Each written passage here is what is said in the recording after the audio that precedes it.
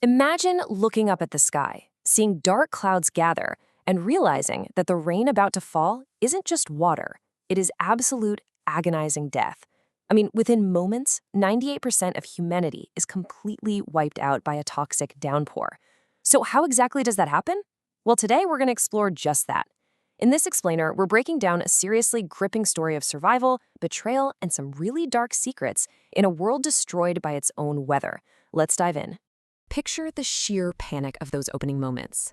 It is unforgettable. We start with a totally normal day that shatters in an instant. A scientist named Frederick frantically grabs his teenage daughter Simone and young son Rasmus, throwing them into a car alongside their mother.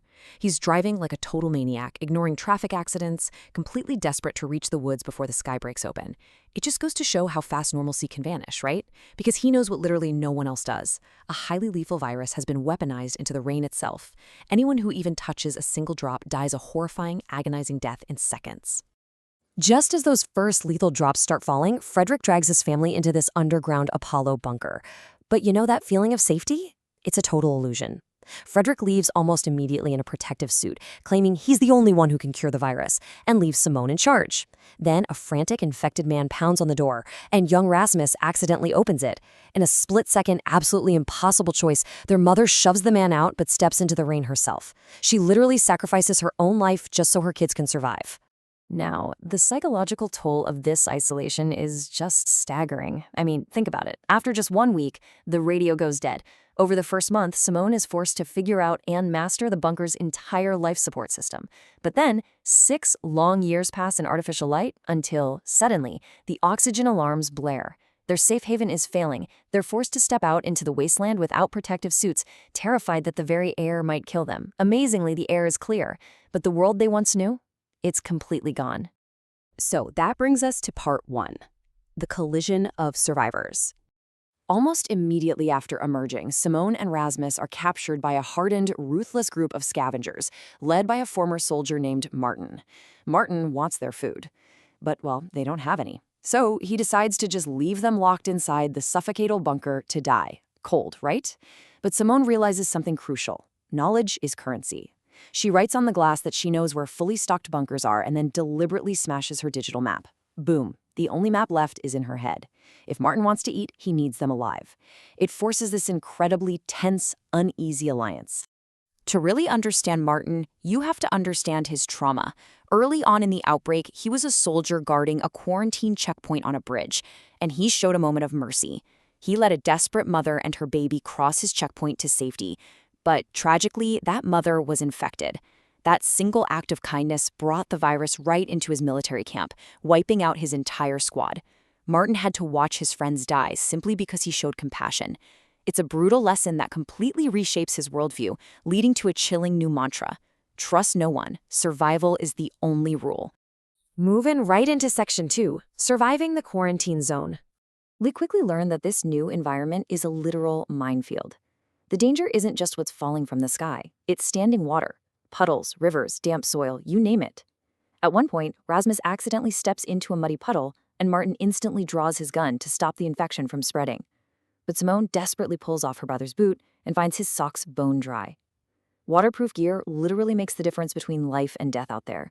It just highlights how unbelievably precarious their day-to-day survival really is. And humans are honestly just as dangerous as the water. The group encounters these heavily armed, ruthless hunters who track people down with thermal drones. To cross a critical bridge, they have to execute this crazy, heist-like tactical plan. Simone bravely sprints right across the open bridge, acting as human bait. As the enemy drones lock onto her heat signature and chase her into an abandoned factory, Martin's team, hidden in the shadows, springs their ambush. It is a total adrenaline rush. But inside that factory, things take a very dark, deeply personal turn for one of Martin's group members, Jean. Before teaming up with Martin, Jean was actually saved from starvation by a caring family. But one day, roaming hunters broke in and brutally murdered them right in front of him. Fast forward to the factory ambush. Jean looks at one of the captured hunters and spots a specific skull tattoo on his arm. It is the exact same man. Driven by pure, blinding grief, Jean breaks protocol and executes the tattooed hunter in cold blood. It really proves that in this apocalypse, staying physically alive isn't the only battle. The psychological trauma is just inescapable. Amidst all this chaotic surface survival, Simone manages to find an old phone containing a video from her dad, Frederick. In it, he states he's heading to a headquarters in Sweden to cure the virus. Naturally, this sparks a massive mission. They track down a former female doctor who used to work for Apollo, desperately hoping for answers. Which leads us to the biggest, most important question of all. Who actually created the rain virus? The answer they get is absolutely earth-shattering. Simone expects this doctor to help them find her father. Instead, the doctor looks at her with just pure hatred. She tells Simone that she lost her own husband and 2 daughters to the rain. And then she drops the ultimate bombshell. Frederick's experiment caused the rain. The very man Simone viewed as her savior, yeah, he is the architect of the apocalypse. His company engineered the weapon that wiped out humanity.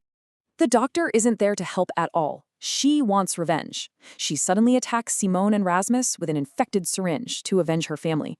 In the absolute chaos that follows, another group member, Patrick, is forced to shoot the doctor dead. It leaves the entire group morally shattered, and Simone is left grappling with the incredibly heavy burden of her family's guilt. Which brings us to Section 3, the false sanctuary. So, while running from another impending storm, the exhausted group stumbles upon this pristine, massive mansion. And inside, it's basically paradise. Freshly grown vegetables, hot running water, and most unbelievably, an absolute abundance of fresh, cooked meat. After fighting for literal scraps in the mud for so long, this sheer luxury completely lulls the group into a false sense of security. You can totally see why some of the group are desperate to believe it's real. Especially Leah. She carries immense trauma. Before the apocalypse, her friends drugged her at a party. And while she was reeling from that betrayal, she had to listen to her mother die outside in the toxic rain. So when the mansion's host, Karen, offers this genuine maternal warmth, Leah is so desperate to finally belong somewhere that she willingly agrees to a really creepy, cult-like initiation ceremony just so she can stay. But Simone isn't as easily swayed. Rasmus is feeling sick, so she takes him to the mansion's resident doctor, Hetty. Hetty pulls out a syringe to inject Rasmus with some medicine, but Simone completely freezes. She realizes the syringe is identical to the one the vengeful doctor used to attack them earlier. Both bear the Apollo Company logo. This isn't just some random, lucky sanctuary. It is a direct extension of the shadowy corporation that ended the world. While Simone connects those terrifying dots, Martin's military paranoia has kept him from enjoying any of the luxury. He refuses to bathe. He refuses the initiation ceremony. He just keeps asking himself one very logical question.